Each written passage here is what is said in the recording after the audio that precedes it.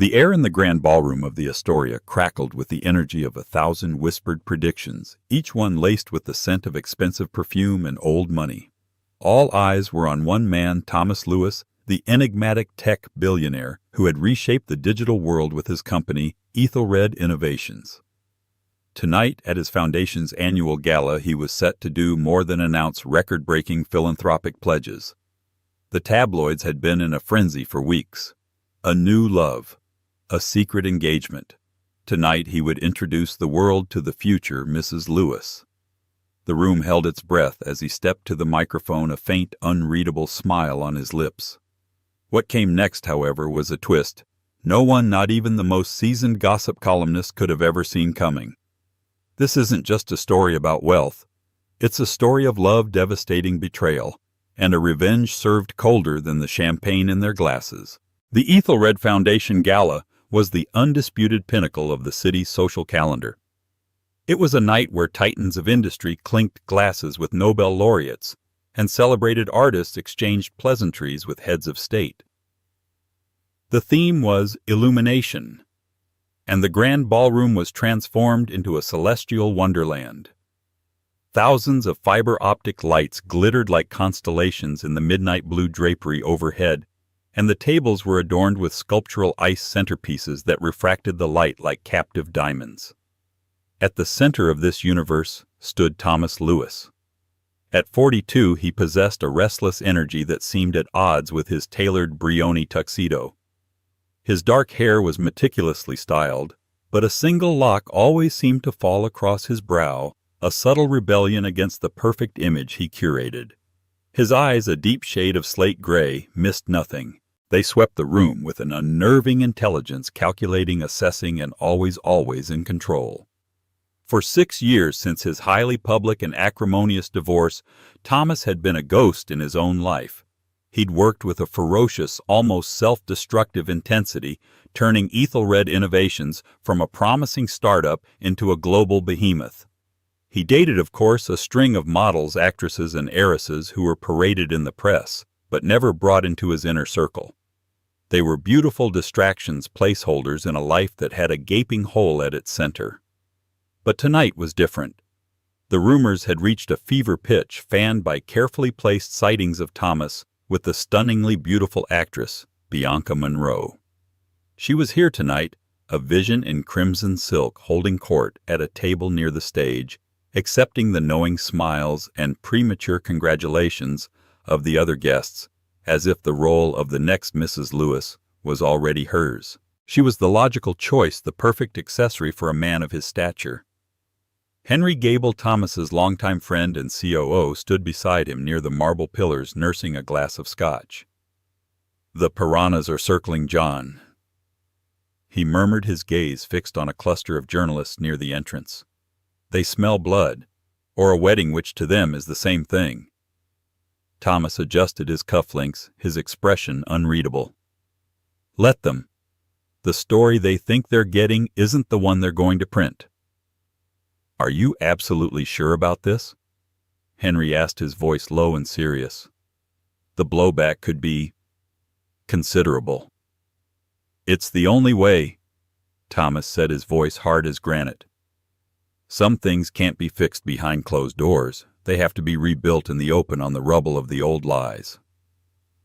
Henry sighed, taking a long sip of his drink. He was one of only 2 people in the world who knew the full truth of the night's impending spectacle. He had seen Thomas through the darkest days after the divorce, the hollowed-out shell of a man who had lost his anchor. He had also witnessed the spark of the old Thomas return in recent months, replaced by a cold, calculated fire. Across the room, Leland Beaumont, Thomas's chief competitor and the serpent in his Eden, watched the scene with an oily smile. Beaumont, head of the rival tech conglomerate Lycosis, had built his empire on aggressive acquisitions and shattered careers. He and Thomas shared a venomous history, a rivalry that went beyond the boardroom. He leaned over to his wife, a woman dripping in so many jewels she appeared to be wearing a chandelier. "Looks like our boy Lewis is finally ready to settle down again." Beaumont sneered loud enough for those nearby to hear. "Monroe is a fine piece of arm candy, ambitious, She'll keep him busy at home while we keep him busy at work." The comment was met with sycophantic chuckles. Beaumont thrived on this kind of public denigration. He saw Thomas's personal life as just another flank to attack, another vulnerability to exploit. The orchestra finished its piece and a hush fell over the room as the master of ceremonies approached the podium. After a few laudatory remarks about the Foundation's work, he introduced the man of the hour. "Ladies and gentlemen, it is my distinct honor to present the chairman of the Ethelred Foundation, the man whose vision continues to illuminate our future, Mr. Thomas Lewis." Polite, thunderous applause filled the ballroom. Thomas walked to the stage with a measured, confident stride that belied the storm raging inside him. He scanned the sea of faces, the powerful, the curious, the predatory. He saw Bianca Monroe, who gave him a small, confident nod as planned. He saw Leland Beaumont, whose smug expression was a mask for his own insecurity. And in his mind's eye he saw a different face. A face that had haunted his dreams for 6 long years. He reached the microphone, the warmth of the spotlight on his face. He delivered his prepared remarks about the Foundation's initiatives with flawless precision, his voice calm and commanding.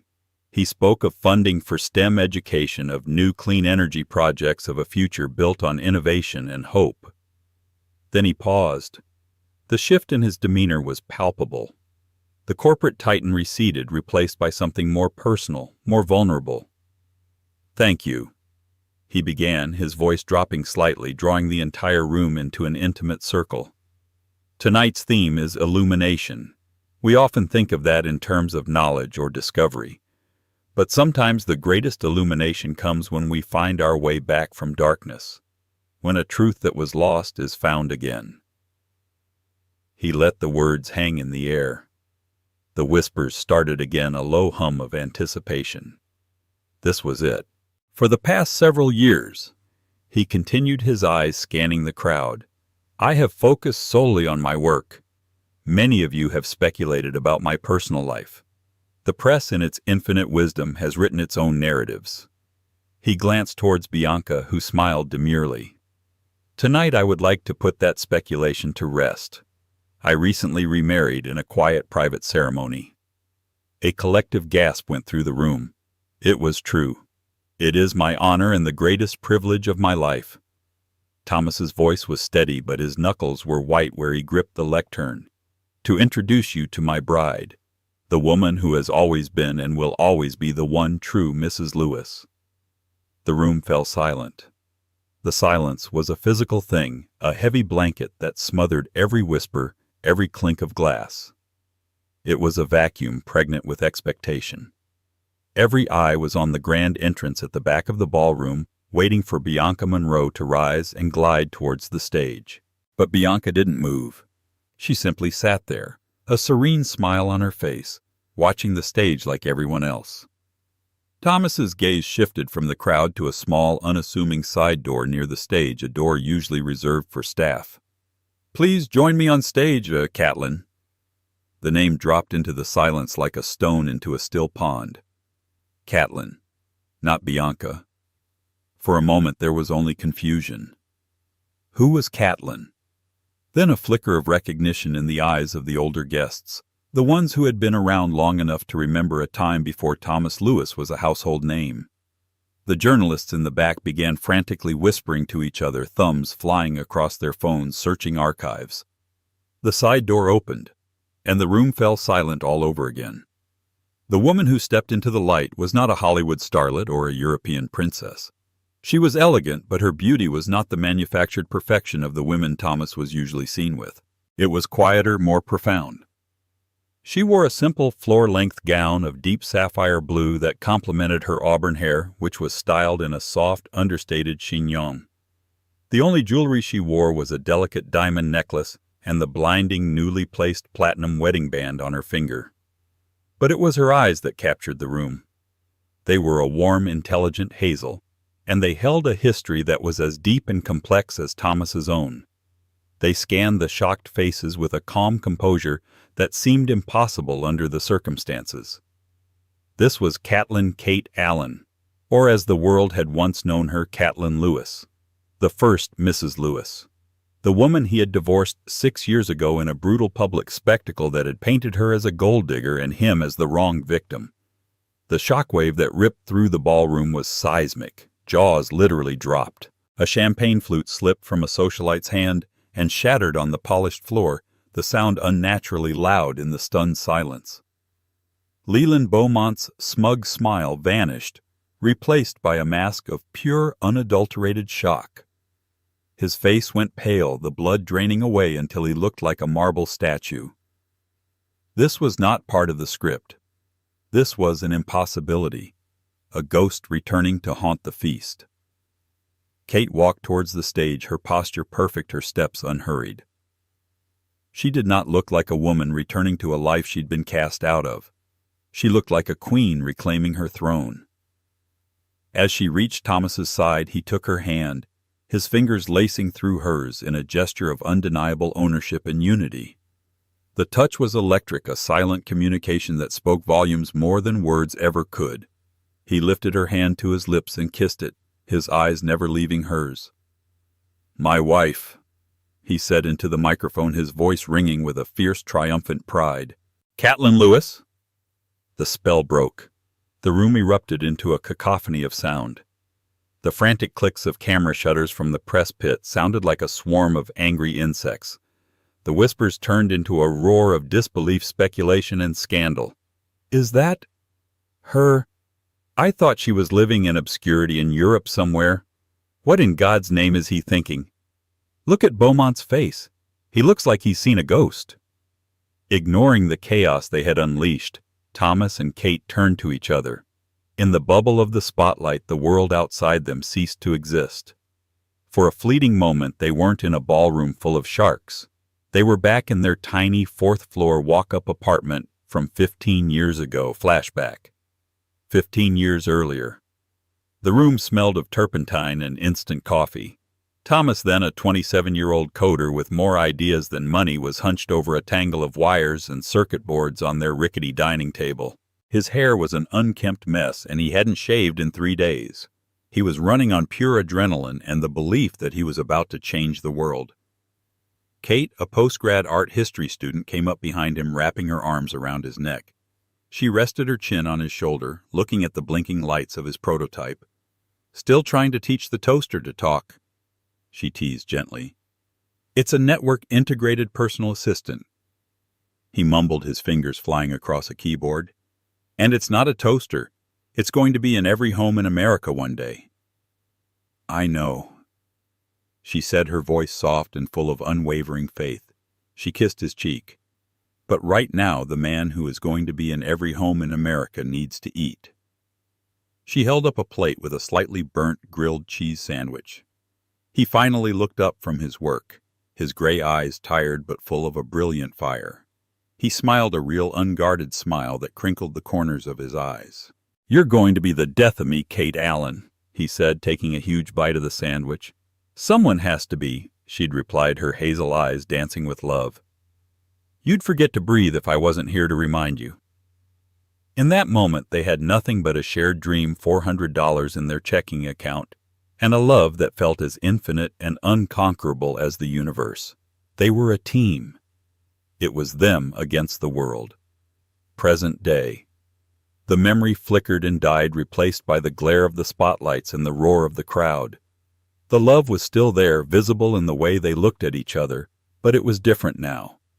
It was no longer the soft, naive love of their youth. It had been broken, tested, and forged anew in the fires of betrayal and regret. It was stronger, harder, and infinitely more dangerous. Thomas leaned towards the microphone one last time.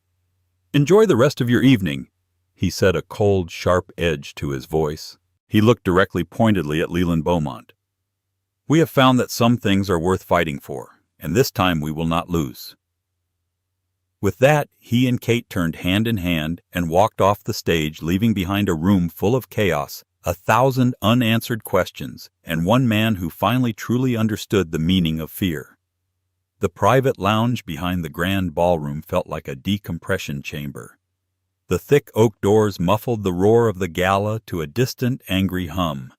Henry Gable was already there, pouring 3 glasses of whiskey. Genevieve Dubois, Kate's best friend and a fiercely protective Parisian art dealer, was pacing the length of the Persian rug, her arms crossed tightly. The moment the door closed behind them, Thomas's ironclad composure cracked.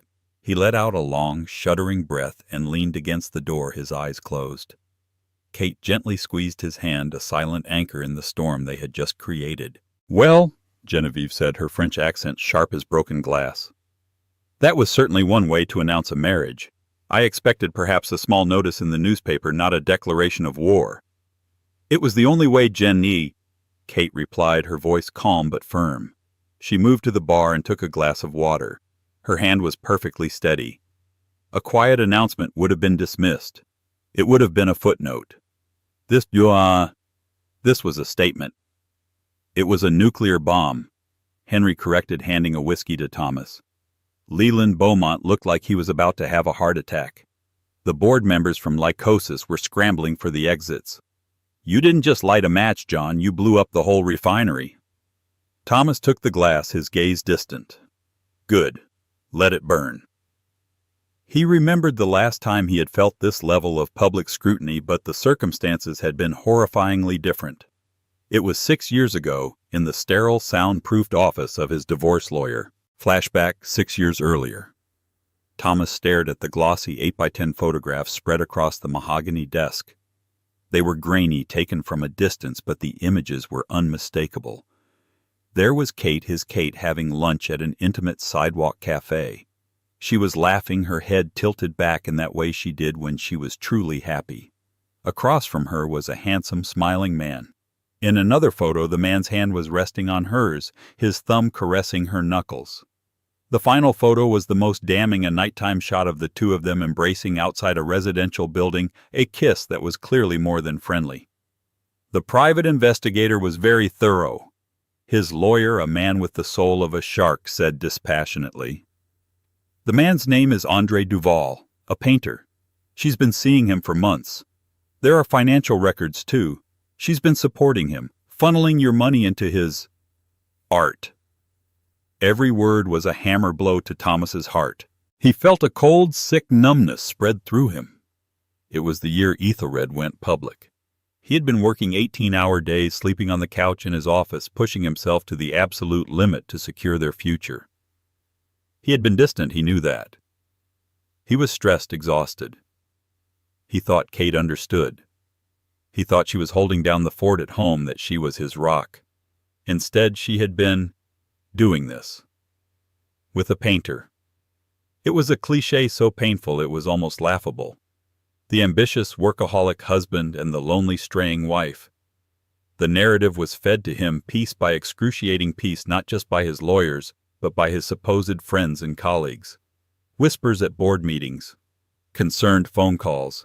Leland Beaumont had been particularly sympathetic, taking him out for a drink and shaking his head in pity. "A woman like that, John, she can't handle the altitude," Beaumont had said, swirling his brandy. "You're up here in the stratosphere and she's still on the ground. It happens. You've outgrown her. Better to find out now." The betrayal felt absolute. He was so blinded by his work, his ambition, and the carefully constructed web of lies around him that he didn't even confront her properly. He sent the lawyers. It was a cold, brutal, and cowardly act he would regret for the rest of his life. He saw her only once during the proceedings across a long, sterile table. The loving light in her hazel eyes had been extinguished, replaced by a look of such profound hurt and bewilderment that it should have shattered his rage. But he was too proud, too wounded. He refused to listen to her denials. He let the press paint her as an unfaithful schemer who couldn't wait to get her hands on his fortune. He let his lawyers drag her through the mud. He destroyed her to save his own pride. And when it was all over, he was left with half his fortune gone, his marriage in ashes, and a victory that felt exactly like a defeat. Present day. "Thomas." Kate's voice pulled him back to the here and now. She was watching him, her expression soft with concern. She knew exactly where his mind had gone. "I'm fine," he said, his voice rough. "Just remembering." "Good." Genevieve cut in, her tone softening slightly as she looked at her friend. "Remember why we are doing this. For 6 years the world believed a lie. They called you a cheat, a gold digger. Tonight we begin to tell the truth. The truth had come to Thomas slowly, painfully, 2 years after the divorce. It started with a nagging inconsistency, a thread that wouldn't unravel. Andre Duval, the painter, had disappeared off the face of the earth. There were no more exhibitions, no new work. It was as if he never existed. Driven by a guilt he couldn't shake, Thomas had hired a different, more discreet investigator, not to spy on Kate, but to find the truth of what had happened. The report came back a month later, and it had gutted him. Andre Duval was Kate's cousin from Quebec. He was gay. He had been visiting for a month, recovering from a bad breakup. The money Kate had given him wasn't to support his art, but to help him get a down payment on a small studio apartment back in Montreal. The intimate lunch. They were laughing about a childhood memory, the hand-holding, comforting a distraught family member, the kiss. A familial European-style kiss on both cheeks, cleverly photographed from an angle that made it look romantic.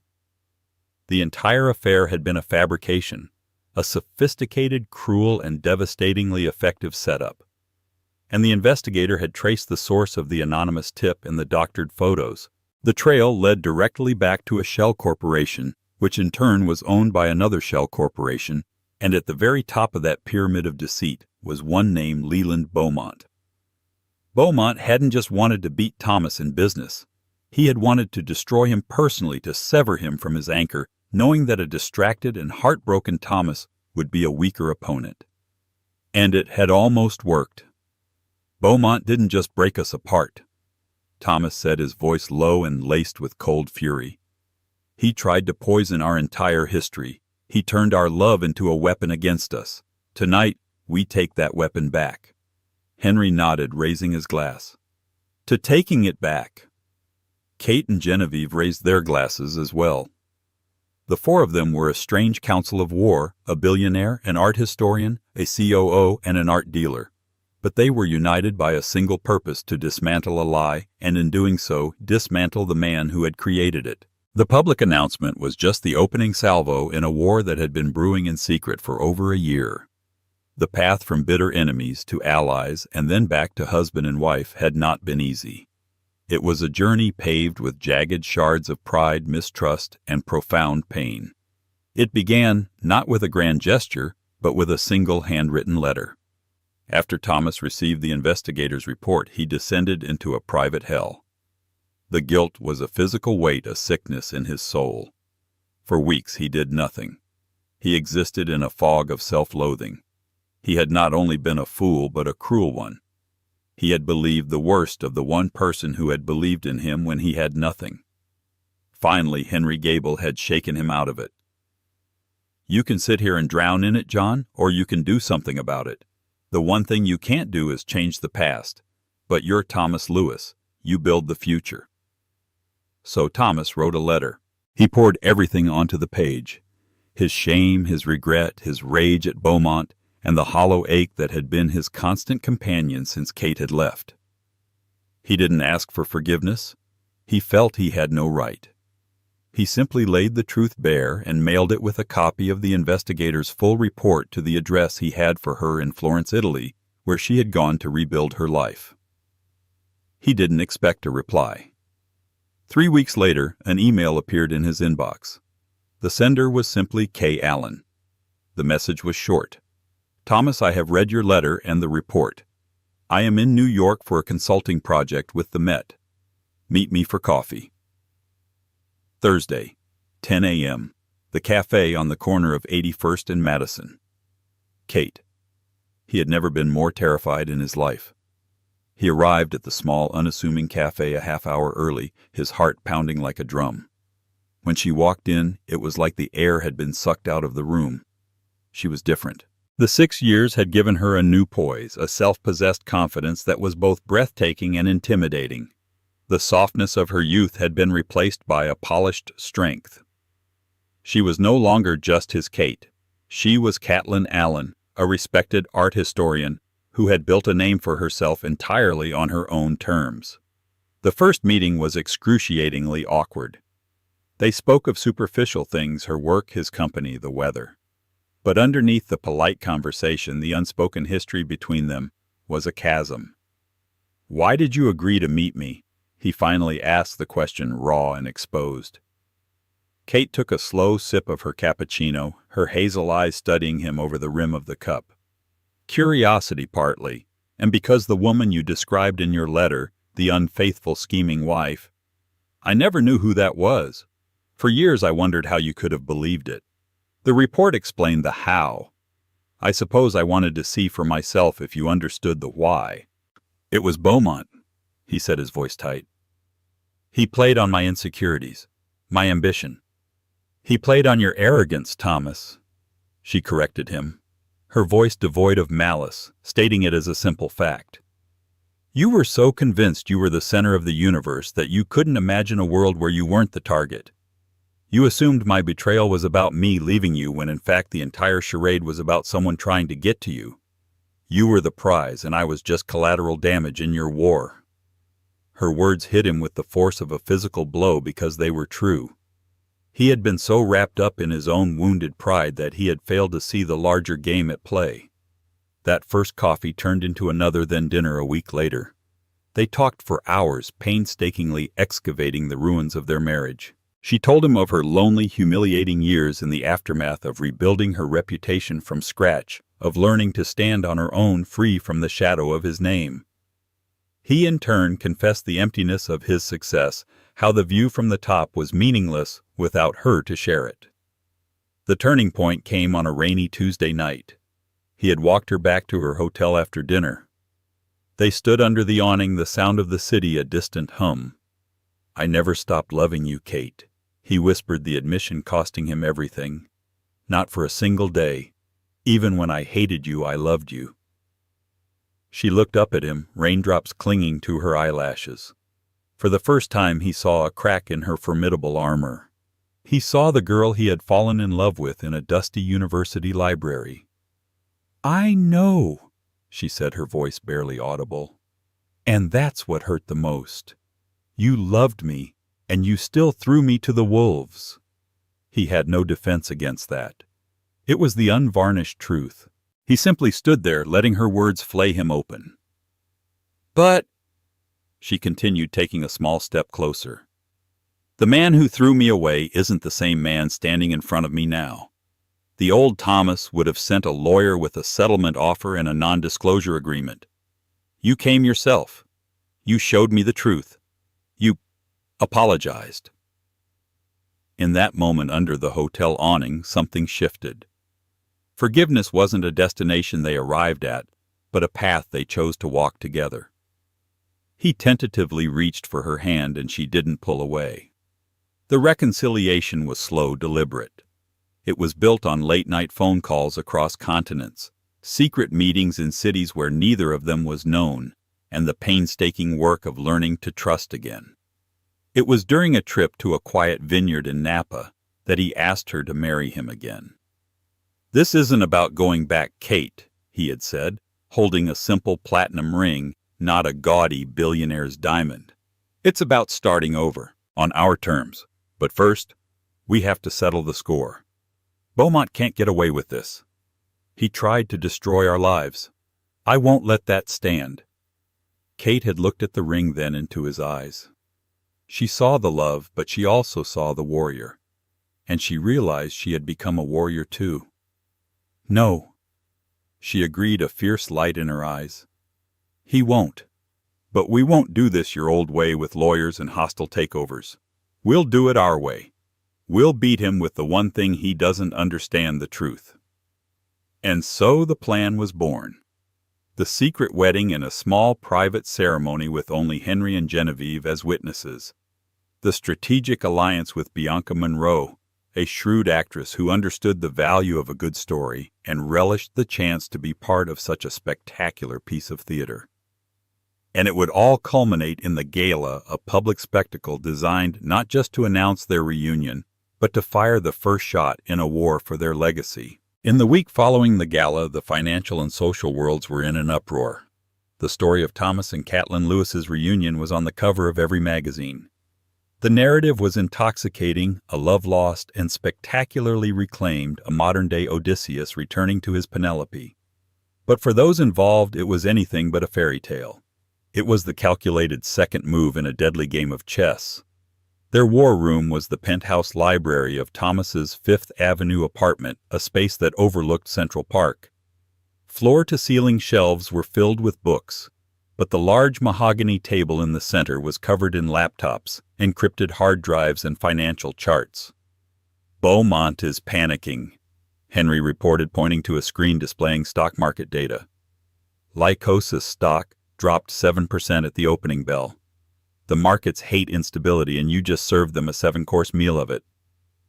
"It's not just the stock," Genevieve added, scrolling through a tablet. "I have friends in the art world. Beaumont is a major collector. He uses his acquisitions to launder his reputation. Several institutions are now re-evaluating their partnerships with him. Your story has reminded them of his character or lack thereof." Thomas and Kate stood side by side, looking at the board. They moved with an easy, synchronized rhythm, a testament to their renewed partnership. "The initial shock was phase 1. Thomas said, circling a name on a whiteboard. "It was meant to isolate him, to make his allies nervous. Now we begin phase 2, dismantle his network." For the past year, their private investigation had expanded. It was no longer just about proving Beaumont's role in their divorce. They had dug into every corner of his business empire, and what they found was a hornet's nest of corruption. Beaumont's success was built on corporate espionage, insider trading, and blackmail. The setup with Kate was not an anomaly. It was his standard operating procedure. Their key target was a man named Walter Finch, Beaumont's former head of security.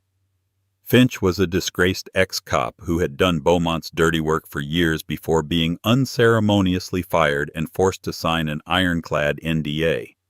He was their domino. If they could make him fall, the rest would follow. Kate was the one to devise the approach.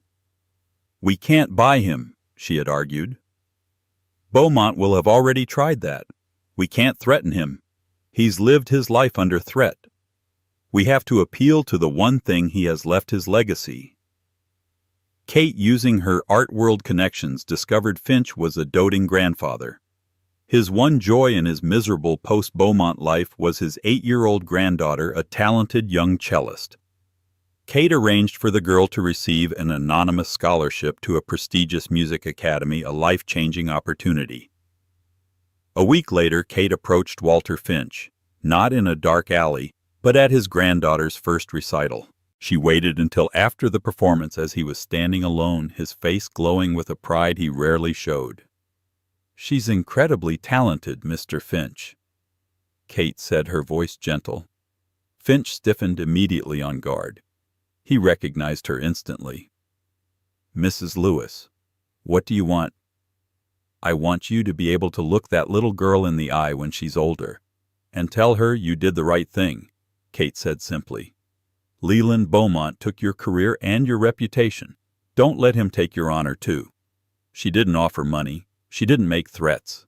She just handed him a business card with a single encrypted phone number on it. "When you're ready to give your granddaughter a story she can be proud of, call this number. We can protect you. We can give you a fresh start." She then walked away, leaving him to his conscience. While Kate worked on the human angle, Thomas prepared the business assault. He and Henry identified a smaller, innovative green energy company that Beaumont was trying to acquire through hostile means, using his typical tactics of spreading rumors and driving down their stock price. Thomas, through a series of anonymous holding companies, began quietly buying up that company's stock. He then contacted the company's young CEO, a brilliant but overwhelmed engineer named Sophie Chen. In a secret meeting, he laid out his plan. "I'm going to help you fend off Beaumont's attack," Thomas explained. "We're going to inject Ethelred capital into your company as a white knight investor.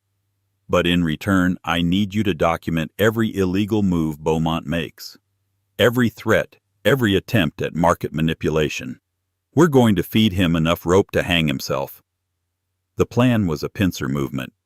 Kate was chipping away at the foundation of Beaumont's personal power structure, while Thomas was building a legal and financial cage around him. Even Bianca Monroe played her part. In a televised interview, she was asked about the gala. With a wry smile, she said, "Oh, darling, I was in on it from the beginning. Thomas and Catelyn's story is the most epic romance I have ever seen. Some people will do anything to tear true love apart, and some people will do anything to put it back together. I know which side I'd rather be on." Her performance painted Thomas and Kate as tragic heroes, and subtly positioned Beaumont as the villain of the piece without ever mentioning his name. The pressure mounted. Beaumont felt the walls closing in. He became erratic, making mistakes. He tried to intimidate Sophie Chen, who recorded the entire threatening phone call. He sent thugs to harass Walter Finch, which only strengthened Finch's resolve. 2 weeks after the gala, Walter Finch made the call. He met with Thomas and Kate's legal team and delivered a treasure trove of evidence, encrypted files, audio recordings, and sworn affidavits detailing a decade of Leland Beaumont's crimes. It was the key. The chessboard was set. All the pieces were in position. Now all that was left was the final devastating move. Checkmate. The endgame did not take place in a courtroom or a public forum. It happened where Leland Beaumont was most comfortable and therefore most vulnerable, the boardroom of Lycosis International. Thomas, through his strategic acquisition of several smaller tech firms that were major Lycosis shareholders, had secured the right to call an emergency meeting of the board. The summons was vague, citing matters of critical corporate governance and fiduciary duty. Beaumont, though wary, felt secure on his home turf. The Lycosis boardroom was his fortress, a monument to his power. It was a cold, imposing room on the 80th floor with a panoramic view of the city that made other mortals look like ants. The board members, handpicked for their loyalty and complicity, were assembled around a vast black granite table. Beaumont sat at the head of the table, projecting an air of bored irritation. "Let's get this over with, Lewis," he began. "I'm sure you have some corporate theatrics you wish to perform. My time is valuable." Thomas and Kate entered together, flanked by Henry and a team of lawyers. They looked calm, composed, and utterly in control. Kate took a seat at the table, her presence an immediate disruption to the stuffy boys' club atmosphere. Thomas remained standing. "Thank you for coming, ladies and gentlemen," Thomas said, his voice quiet but carrying to every corner of the room. "I'm here today not as a competitor but as a significant shareholder in this company, and as such I have a duty to inform you that your CEO, Mr. Beaumont, has exposed this company to catastrophic legal and financial risk." A nervous murmur went through the room. Beaumont laughed, a harsh barking sound. "An accusation without proof is just slander, Lewis, and I have the best libel lawyers money can buy." "Oh, there will be proof," Thomas said calmly. He nodded to Henry, who dimmed the lights and turned on a large screen at the end of the room. The first thing that appeared on the screen was a crystal-clear audio file with a voice transcription running beneath it. It was the recording of Beaumont threatening Sophie Chen. Beaumont's voice: "You can either sell to me at my price, or I will bury your little company in litigation and debt until you have nothing left. I will destroy your reputation. You will never work in this industry again." The board members shifted uncomfortably in their seats. This was aggressive, but perhaps not illegal. Beaumont's face tightened, but he remained defiant. "Hardball business tactics," he scoffed. "You have nothing." "Patience, Leland," Kate said, speaking for the first time. Her voice was cool and steady. "A good story has a beginning, a middle, and an end." Next, a series of documents flashed on the screen. Financial records, bank transfers, shell corporations.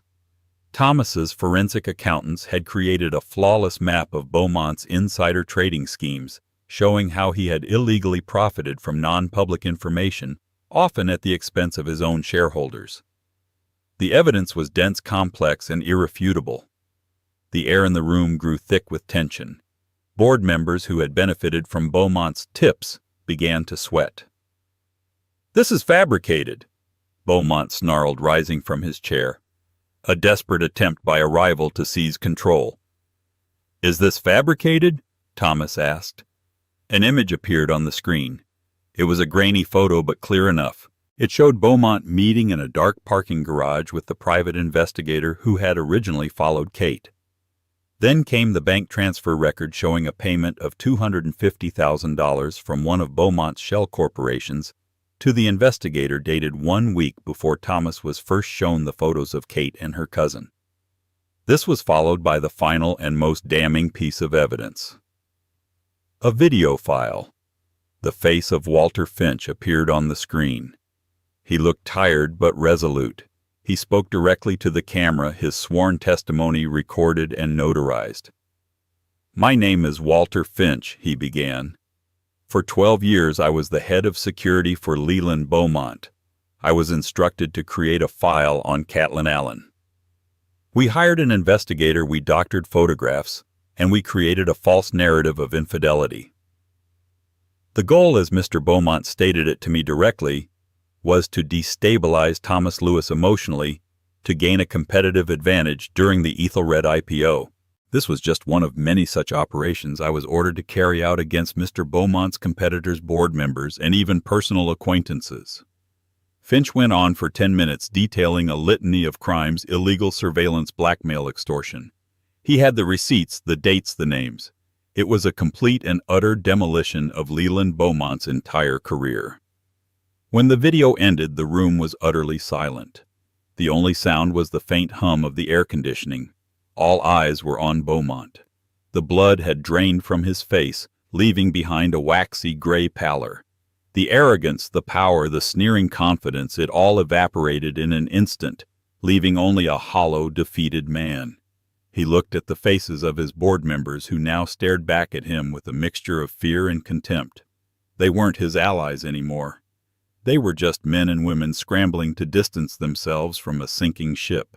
"Copies of this entire file," Thomas announced into the silence, "have been delivered to the SEC, the District Attorney's Office, and the New York Times. They are set to be released to the public in 1 hour." He looked directly at the board. "You have 60 minutes to demand Mr. Beaumont's immediate resignation, install an interim CEO, and announce a full independent investigation into the company's practices. Or you can go down with him." He didn't need to say another word. The choice was obvious. The king had fallen. Beaumont sank back into his chair, a broken man. He stared at Thomas and then at Kate. In his eyes there was not remorse but a flicker of disbelief. He had been beaten, not by a corporate raid or a stock market play, but by a truth he had tried to bury 6 years earlier. He had tried to destroy their love, and in the end, that very love had returned to destroy him. Thomas and Kate turned and walked out of the room, leaving the board to tear itself apart. As the doors closed behind them, they didn't look back. Their war was over. A month later, the autumn leaves in Central Park were a riot of gold and crimson. The crisp air felt clean new. The fallout from the Lycosis boardroom meeting had been swift and brutal. Leland Beaumont was facing a raft of federal charges, his empire dismantled, his name now a synonym for corporate malfeasance. The world had moved on, as it always does, to the next scandal, the next headline. For Thomas and Kate, however, the silence was the most profound victory. They weren't in their opulent penthouse or at a glamorous event. They were walking a simple path near the reservoir, dressed in jeans and comfortable sweaters, holding hands like two ordinary people. They had spent the last month not celebrating but healing. They talked for hours, filling in the 6-year gap in their lives, not with tales of revenge, but with the small, quiet details of who they had become in their time apart. She learned about the lonely nights he'd spent in his glass-walled office, staring out at a city he felt completely disconnected from.